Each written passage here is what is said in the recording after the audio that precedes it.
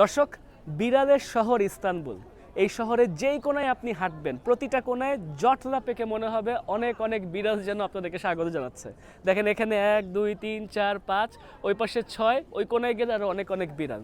আসলে ইস্তানবুল শহরে এত এত বিড়াল ধরা হয়ে থাকে, সর্বনিম্ন প্রায় 2 লাখের কাছাকাছি বিড়াল আছে এই ইস্তানবুল শহরে, এবং সর্বোচ্চ 10 লাখ পর্যন্ত ছাড়িয়ে যেতে পারে।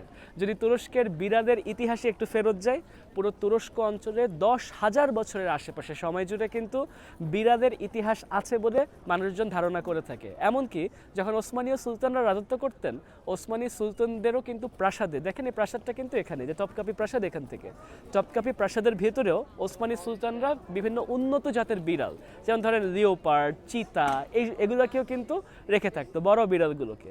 এবং এরকম ছোট ছোট বিড়ালরা দেখেন হৃষ্টপুষ্ট, মানুষজন তাদেরকে প্রচুর খাবার দাবার দিয়ে থাকে।